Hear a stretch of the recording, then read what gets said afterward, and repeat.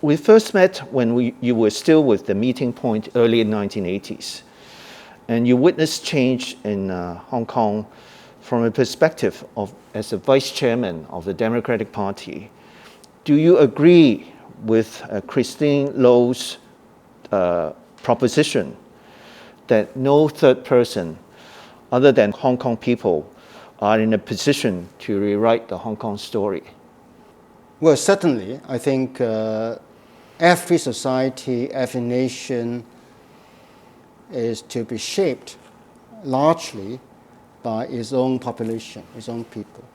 Of course, given that we are in a globalized world, other countries, other cities might have an impact on what individual societies are doing.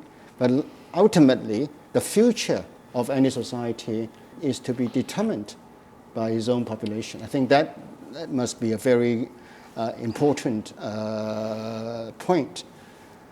Having said that, Hong Kong is special because Hong Kong is not a sovereign entity. So we cannot say that Hong Kong's future can simply be determined by people in Hong Kong. Hong Kong is part of China. And historically, Hong Kong's development was shaped by both more domestic, more regional, and then sort of larger international factors as well. So I would agree with Christine that ultimately, if we are contemplating on the future of Hong Kong as an SAR of China, then the views of people in Hong Kong must count a lot. Well, do you think Beijing, the central government, resists propositions or proposals from Hong Kong, or are they welcoming those proposals? Now, I've been in politics in terms of Hong Kong's development into the future since the 1980s. So I've witnessed at close distance all the debates, sentiments involved. My overall view is that Beijing, or the central government of China, values Hong Kong's strengths. But of course, what are Hong Kong's strengths? That is a changing or evolving statement.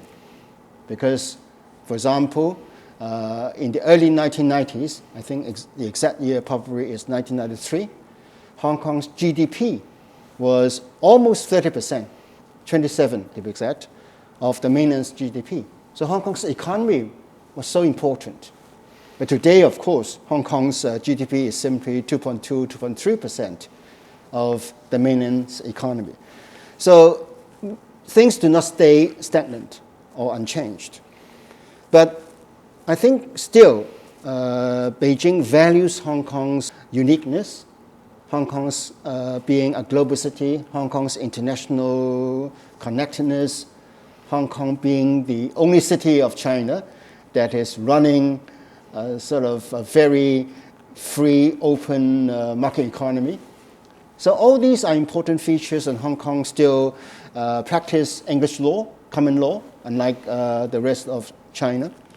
Now, I do not think that Beijing would prefer Hong Kong to be like any mainland city, because we have two systems. And if things go well, the two systems arrangement, in my view, will continue, but of course under the one country premise.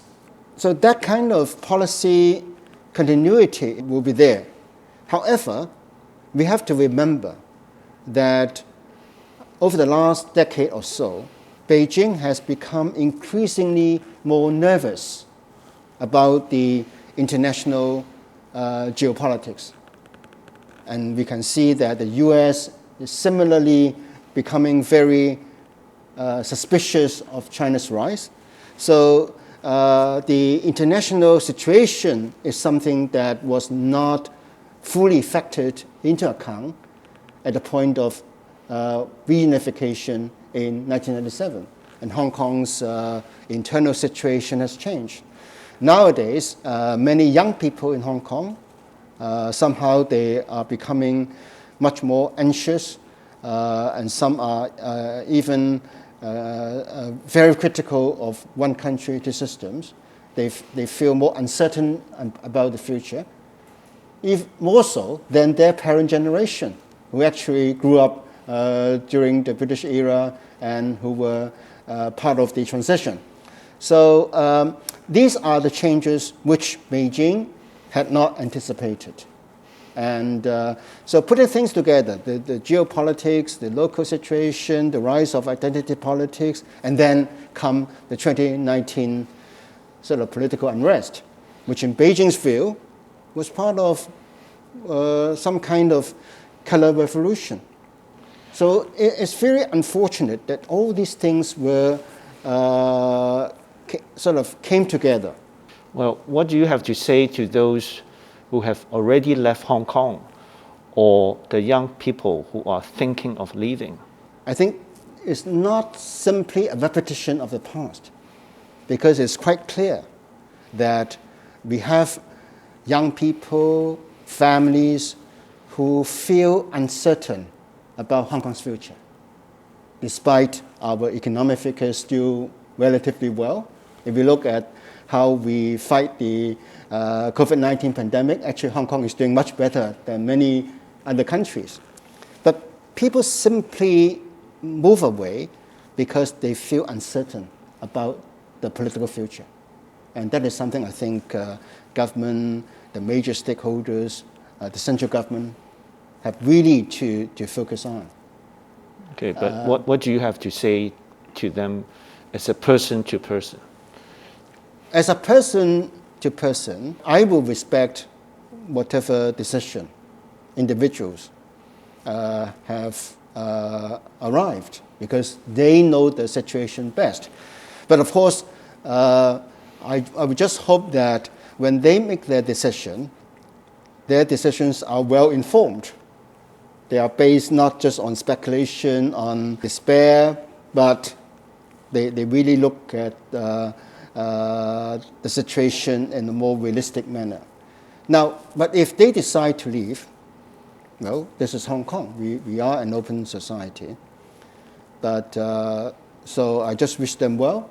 They cannot just stay in uncertain waters. I think if they move to another country, they have to really relate to that country more closely. If they decide to be there permanently, or if they just want to move away for a while and then come back, of course, Hong Kong still has an open arms. They are welcome to come back. But for those who are staying, I hope that they really take an active part in shaping things. Shaping things varies among people. Some may think that, well, they don't have any role. But I will not minimize the importance of whatever things individuals are doing. I think if each one of us is playing our part, maybe an active part in the sense that we try to do better. We try to make things better, no matter how adverse the circumstances are, then maybe things will do better. If we lose hope, then things may come into a vicious cycle. Okay, thank you very much, Professor Anthony Cheung. Thank you. For the time.